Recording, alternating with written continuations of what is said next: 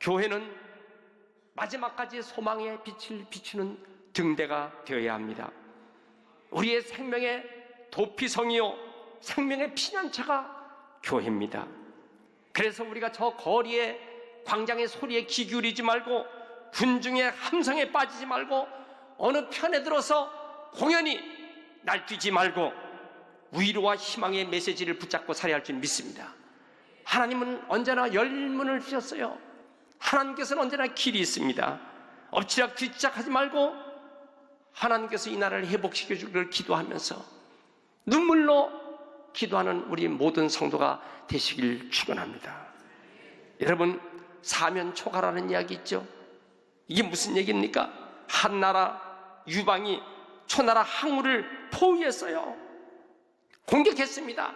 꼼짝 못하도록 초나라의 항우를 포위하고서 무슨 얘기를 했습니까? 저들 군사가 한나라 유방은요 어떻게 했습니까? 슬픈 노래를 부르겠습니다. 초나라 군사들 저들에게 향수병이 걸리도록 슬픈 노래를 계속 부르니까 사기가 떨어졌어요. 무기는 다 버리고 다 도망가 버렸습니다. 항우는 몇 명 남은 병사와 비참하게 최후를 마치는 그런 이야기가 사면초가의 고사성어입니다. 여러분, 더 이상 우리가 슬퍼하거나 더 이상은 애린에 빠지지 말고 어떻게 해야 할까요? 이사야 55장 6절에 너희는 여호와를 만날 만한 때를 찾으라. 가까이 계실 때에 그를 부르라. 지금이 하나님을 만날 때입니다. 지금이 하나님을 의지할 때입니다. 지금이 그분을 붙잡을 때입니다. 여러분, 하나님을 붙잡고 살아야 승리하는 것입니다. 계시록 3장 8절 내가 내 앞에 열린 문을 두었을 때 능히 닫을 사람이 없으리라. 하나님만이 우리에게 열린 문을 주신 거예요. 사면이 남았겠지만은 하나님은 우리에게 열린 문을 분명히 주시는 것을 믿으셔야 됩니다. 그래서 너희가 우겨싸움을 당해도 낙심하지 말자. 우리가 사방으로 우겨싸움을 당해도 절대 쌓이지 않고 답답한 일을 당해도 낙심하지 않는 하나님의 은총을 사모하고 살 때에 살아계신 하나님은 우리에게 길을 열어줄 줄 믿습니다. 여러분, 이거 이외에 어떤 길이 있겠습니까? 그래서 고린도후서 4장 8절에 말씀하신 것처럼 아무리 답답해도 아무리 곤고해도 하나님께는 길이 있다. 이 믿음으로, 그래서 6.25 사변 때 우리가 다 부산까지 내려갔어요. 그렇지만은 길이 있다. 결국 하나님은 우리나라를 회복시켜 줬잖아요.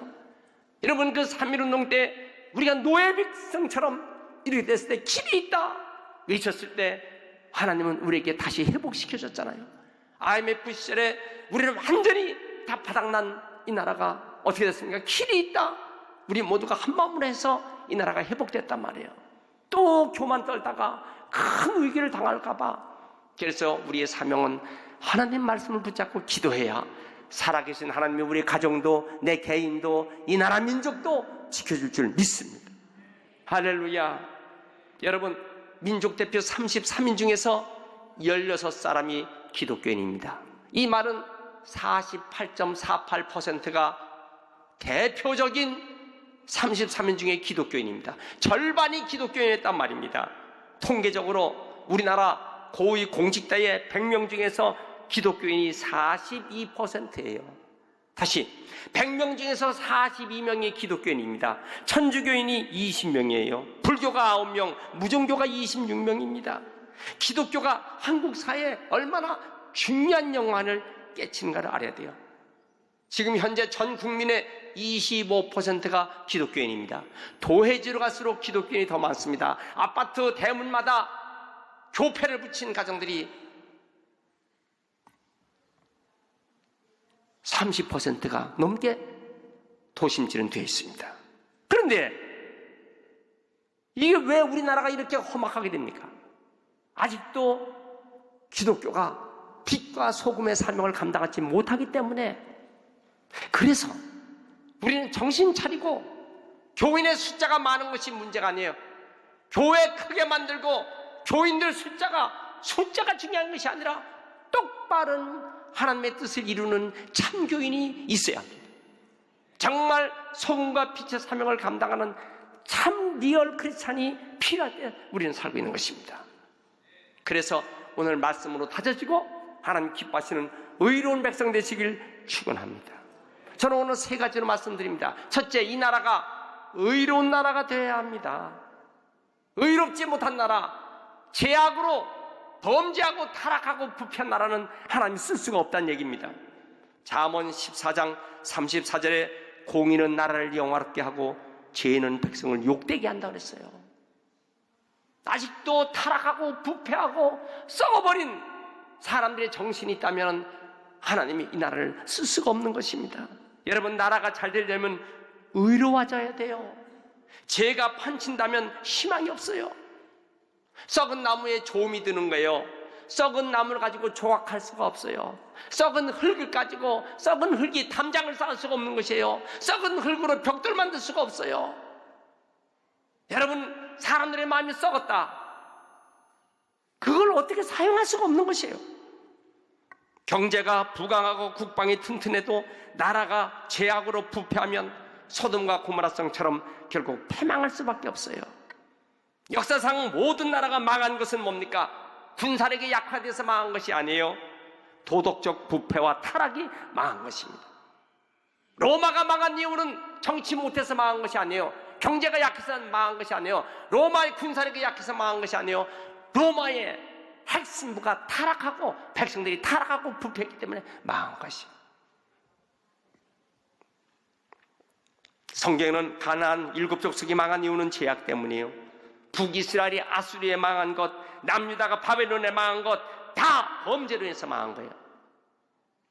그래서 우리나라는요, 의로운 나라가 되도록 기도해야 됩니다. 가장 큰 범죄는 도덕적 타락도 문제지만 더 큰 타락은 뭡니까? 영적인 타락이에요. 우상 숭배로 인한 타락이었어요. 로마가 쇠망한 것은 황제 숭배였어요. 여러분, 소련 공산권이 쇠망한 것은 뭡니까? 레닌, 스탈린, 저들을 우상해서 지금도 모스크바에는 그때 레닌의 시체를 놓은 그곳을 갖다가 아직도 숭배하고 있어요. 여러분, 북한과 남한은 똑같은 기후 조건입니다. 남한과 북한의 같은 지하수가 흐릅니다. 그 민족이나 우리나 먹는 음식이 같아요. 입는 옷이 같아요. 언어가 같습니다. 남한은 음식 쓰레기가 넘쳐납니다. 남한은 호의호식합니다. 얼마나 많은 물건들이 지체합니까? 북한은 왜 굶어 죽는 백성이 속출합니까? 하나님을 의지하고 있느냐? 하나님께 등을 돌리고 있느냐? 하나님을 의지하는 백성이냐 아니냐로 결정되는 것입니다. 북한은 교회를 폐쇄시키고 김일성 우상, 김정일 우상, 이제는 여러분, 반드시 북한은 어느 날인가 속하게 무너집니다. 반드시 북한은 멸망한다는 걸 알아야 됩니다. 최근 한국에 미신이 얼마나 만연합니까? 무당이 수십만 명이에요. 대기업의 사원 뽑을 때 무당을 통해서 사주관상을 보게 합니다. 그래서 사주관상에 무당이 옆에 세워놓고 대기업의 사원을 뽑는다? 대기업에서 사원을 감원시킬 때 저 사람의 상을 보니까 회사를 부흥시킬 그러한 상이 아니라 해서 무당이 얼굴 보고 감원을 시킨다? 여러분, 이 모습이 오늘날 우리가 장하고 있는 이런 모습이다 그 말입니다. 매스컴에는 무당과 점쟁이가 TV를 통해서 예언하고 공개하는 모습이 어찌 이런 모습이 될 수 있습니까? 이게 한심한 노릇입니다. 하나님은 그러한 모습 속에서 절대로 이 민족을 쓰지 않는 것입니다. 정신 차리고 이 나라가 영적으로 타락하지 않도록 부패하지 않도록 해야 할 줄 믿습니다. 한국교회가 재구시를 해야 돼요. 이를 위해서 우리가 기도해야 됩니다. 하나님만을 섬기는 나라가 되시길 원합니다. 시편 144편 15절에 여호와를 자기 하나님으로 삼는 백성은 복이 있도다. 하나님을 섬기고 하나님만을 의지하는 그러한 나라가 복이 있다고 했습니다. 여러분, 이런 나라가 의로운 나라예요. 이런 의로운 나라를 하나님 복 주시는 것입니다. 모두 아멘 합시다. 두 번째로, 의인들이 많아져야 하나님이 이 나라를 멸망치 않게 합니다.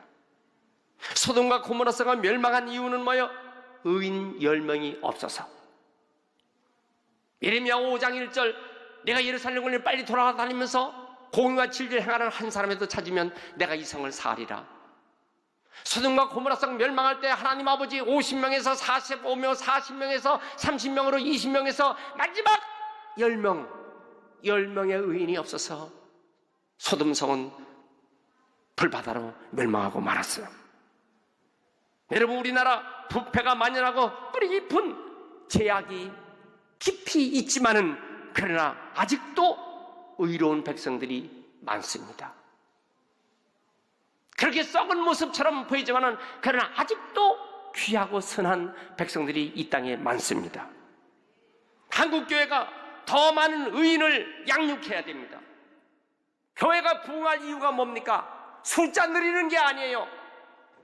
하나님의 교회에 더 많은 의인을 만들어서 부패한 세상에, 부패한 사회 속에 들어가면 사회가 정화될 줄 믿습니다. 그를 위해서 우리가 하나님 말씀을 붙잡고 그 말씀대로 의롭게 살려고 하는 것입니다. 잠언 29장 2절에 의인이 많아지면 백성이 즐거워하고 악인이 권세를 잡으면 백성이 탄식한다 그랬어요. 의인을 많게 하는 것, 하나님이 기뻐하시는 의인을 많게 하는 것이 오늘날 교회의 사명이요 우리의 사명인지 뒤할 줄 믿습니다. 잠언 28장 12절 의인이 득의하면 큰 영화가 있고 악인이 일어나면 사람이 숨느니라 그랬어요.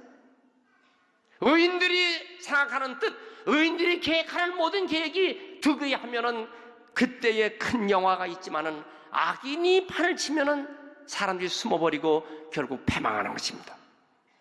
어느 나라 어느 사회든지 의인과 악인은 다 공존되어 있습니다. 그렇지만은 복되고 영화로운 나라, 그런 나라는 뭐예요? 의인이 많기 때문에 의인이 득의하는 나라는 복된 나라입니다. 여러분, 우리나라를 의인이 많아지는 나라가 되도록 기도해야 합니다. 이를 위해서 우리가 교회가 부흥되도록, 그래서 하나님 말씀대로 살고 기도하는 백성들이 되어야 할 줄 믿습니다. 한심한 모습이 보이잖아요. 출산을 너무 안 해. 결혼이 늦어져. 혼자 사는 사람들이 많아져요. 지금 이대로 간다면 우리나라 인구가 어떻게 될까? 앞으로 20년, 30년에는 결국 우리나라가 지금 어떤 모습이 될까? 지금 아주 심각합니다. 그런데 고아가, 의지할 것 없는 고아가 생기면요, 고아를 버리는 나라가 우리나라예요. 그런데 우리는 버리는 고아를, 다른 나라는 와서 우리가 버린 고아를 그걸 귀하게 여기서 또 자기의 자녀로 삼는 나라, 그런 나라는 뭐, 고아를 버린 나라는 뭡니까? 심지어 장애자 아이를 양자로 받는 가정, 그래서 그 장애자 아이를 공항에서 다른 나라, 미국에서 양부모가 와서 집에 여러분 봤잖아요. 장애자 아이를 안고 너무 감격하면서 우는 이런 모습 보잖아요. 아니, 우리나라 기독교인이 1000만 명이 넘는데 가장 많은 고아를 수출하는 나라가 되고 있는 것, 이게 얼마나 부끄러운 일입니까? 한국교회가 사회가 평화되려면 교인 수가 몇 명이냐가 중요한 것이 아니라 하나님의 뜻을 철저히 행하는 의인이 몇 명이냐, 여기에 달려있는 것이에요. 여러분, 오늘 우리가 하나님의 뜻을 행하는 귀한 의인들이 많아지길 원합니다. 초대교회는 5%도 안 되는 기독교인이 로마를 변화시켰어요. 5%도 안 되는 기독교인들이 로마를 기독교 국가로 만드는 것입니다. 반면에 러시아는 95%가 기독교인이었어요. 여러분, 저 모스크바에 가면 거기 옆에 크렘린 궁전 옆에 전부 다 그 교회가 얼마나 찬란한 황금 지붕에 만든 교회들이 있습니까? 95%가 기독교인 러시아는 5%도 안 되는 공산주의자들에 의해서 정복돼서 공산국가가 된 것이에요. 그럼 왜 그렇습니까? 제9시를 하지 못하는 기독교인이 많아 있어도 제9시를 못하면은 결국 공산화되고 마는 것이 우리가 똑똑히 보는 현실이다 그 말이에요. 지금 이 시대에 가장 필요한 우리의 모습은 뭡니까? 주님의 말씀처럼 빛과 소금의 사명을 감당하는 우리들 되어야 할 줄 믿습니다. 저는 어젯밤 최춘선 할아버지의 동영상을 2번이나 봤어요. 구부정한 몸을 가지고 일본 와세다 대학을 나왔어요. 영어는 물론이요, 일본어까지 5개 국어를 수재였습니다. 얼마나 부자였냐? 김포 공항길에서부터 큰 땅 부자였어요. 맨발로 30년 동안 지하철에서 복음을 해서 외치는, 사람들이 보면 미친처럼 이렇게 보인 그 할아버지. 저 일본의 하천풍원 가가와 목사님으로부터 세례받았어요. 김구 선생과 함께 독립운동을 했어요. 왜 그 추운데 맨발로 다니면서 예수님을 얘기합니까? 우리나라가 통일되기 전까지는 내가 신을 신지 않겠습니다.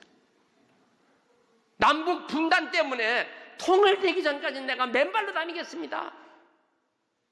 민족의 아픔, 이 시대의 이사야, 이 시대의 예레미야처럼 살다가 30년 그 어느 날 겨울 지하철에서 숨져서 돌아갔었어요. 저는 그 동영상을 보면서 어떻게 저렇게 사는 사람도 있는데, 지금 우리가 정신을 차리고 살아야 할 텐데 왜 어떤 사람은 그렇게 나라를 사랑하고 분단된 조국을 위해서 그렇게 기도하는데 우리는 뭐냐 그 말입니다. 여러분, 우리 가정, 우리 직장, 우리 이웃, 빛과 소금의 삶을 감당하도록 더 많은 교인들이 의로운 성도가 되도록, 의로운 성도가 많아지는 이 나라가 되면 하나님 우리나라를 귀하게 쓰실 줄 믿습니다. 할렐루야. 세 번째는 의의 빛을 높이 들어야 합니다.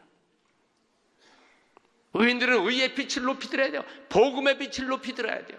사명의 빛을 높이 들어야 돼요. 선교의 빛을 높이 들어야 돼요. 한국교회가 1980년도 여의도에 100만 명이 모여서 빌그램 목사님을 통해서 전도 집회를 1차, 2차 막 할 때는 교회가 왕성하다가 그 이후부터 점차 교회가 정지 상태가 되고 성장이 둔화됐어요. 그런데 그때에 한국교회가 세계 선교에 발을 디디기 시작했어요. 열심히 세계 선교를 했어요. 1974년도 10나라 국가에 24명의 선교사가 나갔어요. 1988년도 72개 국가에 1280명의 선교사가 나갔어요. 자, 점차 늘어서 2015년에 172개 국가에 28,326명이 선교사로 나갔어요. 여러분, 현재 세계에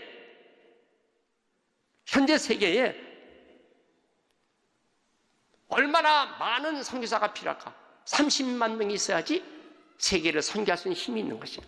미국이 12만 7천 명이 선교사로 나가 있습니다.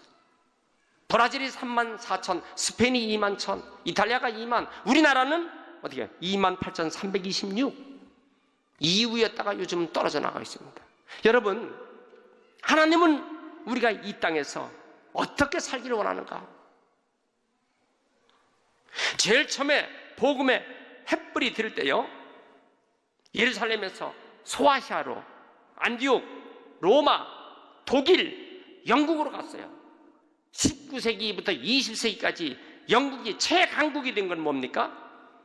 영국의 그 유명한 웨슬레, 존 웨슬레, 침례교회 스펄전 목사, 침례교회 윌리엄 캐리, 리빙스턴, 로버트 모리, 허드슨 테일러, 기라상 같은 유명한 선교의 열정을 가진 사람들이 복음을 전파할 때에 영국은 작은 섬나라지만은 세계를 지배하는 이런 강국이 된 것입니다. 20세기 미국은 세계 선교 1973년도에 전 선교사의 75%가 미국 선교사입니다. 그때 미국은 최강 국가가 된 것이에요. 학교마다 십계명을 붙이고 주기도문을 기도하고 수업을 시작하는 나라, 최강국가가 되었어요. 여러분, 이 촛불이 하나님은 선교의 촛대를 가지고 있는 그 나라를 쓰시는 거예요. 단기 선교라도 한 번이라도 다녀온 그런 성도들, 단기 선교라도 복음을 가지고 한 번이라도 다녀온 성도들이 더 많아져서 세계 복음화에 기여해야 하나님은 우리나라를 쓰시는 것입니다. 땅끝까지 복음을 전하는 귀한 성도들이 다 되시길 축원합니다. 믿습니까? 인터콥에서 Back to 예루살렘, Back to 예루살렘, 예루살렘으로 가자. 그 이야기는요, 우리 한반도에서, 대한민국에서 예루살렘까지 이 아시아에서 북의 10도에서 40도 사이의 지도에서 여기가 미 전도 종족 90%가 살고 있어요. 그러니까 한반도에서부터 예루살렘까지 북의 10도에서 40도 사이에 중국이 줄을 이루고 중국 주변에 그 부분에 사는 미 전도 종족이 90%가 밀집되어 있습니다. 그런데 놀라운 사실은 중국이 1994년 4천만 명의 기독교인이 통계됩니다. 물론 삼자교회, 정부에서 인정한 교회도 있고 인정하지 않는 지하교회까지. 오늘날에는요 1억 3천, 1억 4천, 1억 5천 예기치 못하는 수많은 기독교인들이 지금 포진하고 있습니다. 여러분, 이 사실은요 주님께서 지금 오시기 임박할 때 지금 우리는 살고 있어요. 그러면서 우리는 정신을 차리고 복음 전파에 깃발을 들고 빛을 발휘할 중요한 시점에 우리는 있는 것입니다. 여러분, 의의 빛을 높이 들고 주님 오실 때까지 힘써 일하는 성도가 되시길 축원합니다. 그런데 오늘 말씀 보세요. 고린도후서 4장 7절에 우리가 이 보배를 질그릇에 가졌으니, 그릇이 흙으로 만든 그릇을 질그릇이래. 우리는 흙으로 만들었다고요. 그런데 흙으로 만든 그릇 속에 물을 집어넣으면 물그릇이요, 국 집어넣으면 국그릇이요, 밥 집어넣으면 밥그릇이요, 거기에 보배로운 예수님을 담았으니 그 그릇은 보배 그릇이 되는 것입니다. 우리가 질그릇이지만은 예수님을 이 그릇에 담았어요. 예수님을 보배를 내 심령의 그릇에 담았기 때문에 우리는 보배로운 그릇이 됐는데, 이것은 뭐예요? 이 능력은 하나님께 있고 우리에게 있지 않을 알게 하려고 이걸 말씀해 주셨는데 8절, 그런데 이 그릇이 사방으로 우기싸움을 당해도 쌓이질 않아, 답답한 일을 당해도 낙심하지 않아, 박해를 받아도 버림받지 않아, 거꾸로 됨을 당해도 망하지 않아. 왜요? 예수의 생명을 우리가 품고 있기 때문에. 믿습니까? 예수의 생명을 품고 있는 예수의 능력이 나타나게 하려 함이라 그랬어요. 나로 하여금 예수의 능력이 나타나도록 해야 할 줄 믿습니다. 그렇습니다. 예수님께서 직접 제자들에게 그리고 우리에게 말씀하신 말씀, 요한복음 16장 33절, 세상에서 너희가 환난을 당하나 담대하라. 세상에서 너희가 환난을 당하나 담대하라. 내가 세상을 이겼노라 그랬어요. 여러분, 하나님이 함께 하시면요 주님의 능력으로 이 세상을 이길 수 있는 것이에요. 그 어떤 것이 우리 우겨싸움 해도 우리는 다 승리할 줄 믿습니다. 엘리사가 아람 군대가 다 둘러쌌어요. 이제는 꼼짝없이 죽게 생겼어요. 그런데 그때 사환 게하시가, 선생님, 우린 다 죽었습니다. 우린 살 수가 없습니다. 엘리사가 어떻게 했어요? 자기의 사환 게하시에게 하나님이 영의 눈을 열어서 보게 하옵소서. 열왕기하 6장 17절에 보니까 게하시가 눈을 열어보니까 어떻게 됐어요? 엘리사를 둘러싼 하나님의 불말과 불병과가 다 둘러싸고 그 아람 군대는 문제가 되지 않더라고요. 여러분, 우리가 사방으로 우겨싸움을 당했어도요 하나님의 군대가 우리를 에워싸 주시면 승리하는 것입니다.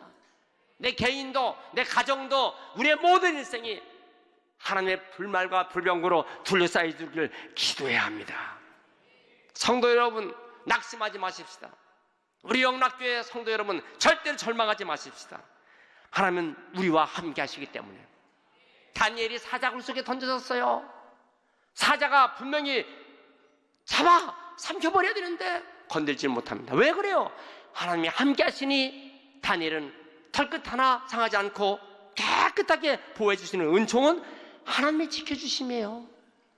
주의 은혜가 우리에게 이와 같이 풍성하길 축원합니다. 어떻게? 하나님을 붙잡고 기도하는 하나님의 백성들. 그래서 여러분 열심히 우리가 기도하고 하나님 기뻐하시는 의로운 성도가 되시고 의의 깃발을 들면은 하나님 우리와 함께 하시는 것을 믿으시기 바랍니다. 우리 모두 하나님만 의지하고 기도하는 성도가 되시길 축원합니다. 세상의 풍라, 세상의 이야기에 흔들리지 말고 하나님만 의지하고 살아가시는 귀한 성도가 다 되시길 축원합니다.